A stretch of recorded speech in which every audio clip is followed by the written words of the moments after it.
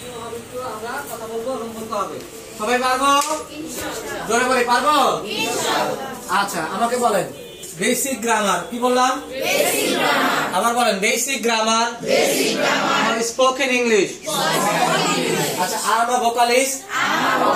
এই বাক্যে এই ভোকালিস্টটা বলেন তো অবজেক্ট না কমপ্লিমেন্ট? এটার নাম কি বলেন? আচ্ছা, ভিডিও করা থাকলে পরবর্তীতে আপনারা এটা দেখে আবার ক্লিয়ার করে নিতে পারবেন। বলেন অ্যামিজার। এরপরে যদি ভার্ব না থাকে কোন টেন্স হয়? সাবজেক্ট এবং অবজেক্ট একই না আলাদা হয়? একই না আলাদা হয়? এই অবজেক্ট এটার নাম কি হয়? কি নাম হয়? একসাথে বলেন অ্যামিজার। এরপরে যদি আইএনজি থাকে, এরপরে যদি কি থাকে কোন টেন্স হয়? এই আইএনজি যুক্ত ভার্বের একটা বিশেষ নাম আছে, কি নাম? কি নাম? কি বলেন? Very good. I have eaten rice. Have has বলেন have has।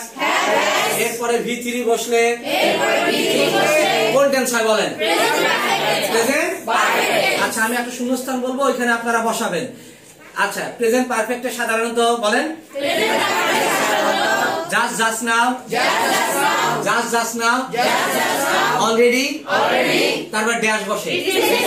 কি বসে বলেন? রিসেন্টলি বসে। কোন টেন্সে থাকে? সাধারণত প্রেজেন্ট পারফেক্ট। আচ্ছা, এবং হ্যাভ এর পরে কি আইএনজি হয় না ভিতরি হয়?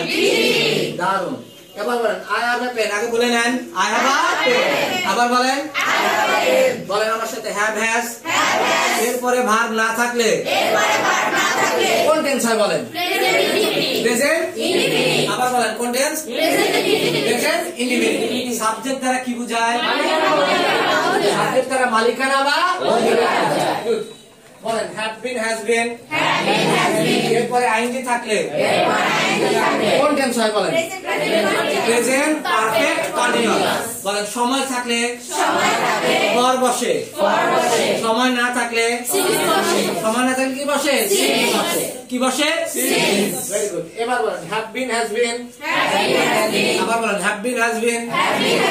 এরপরে কোনো ভার্ব না থাকলে কোন টেন্স হয় বলেন? Present perfect. কোন টেন্স হয়? Present perfect. এই ক্ষেত্রে মূল ভার্ব কোনটা? বিন। এই ক্ষেত্রে মূল ভার্ব কোনটা? বিন। আশা করি আজকের টপিকটা আমরা যেটুকু আলোচনা করেছি সকলেই পারবো। পরবর্তী ক্লাসের প্রত্যাশা সকলের প্রতি বিদায় নিচ্ছি। আল্লাহ হাফেজ।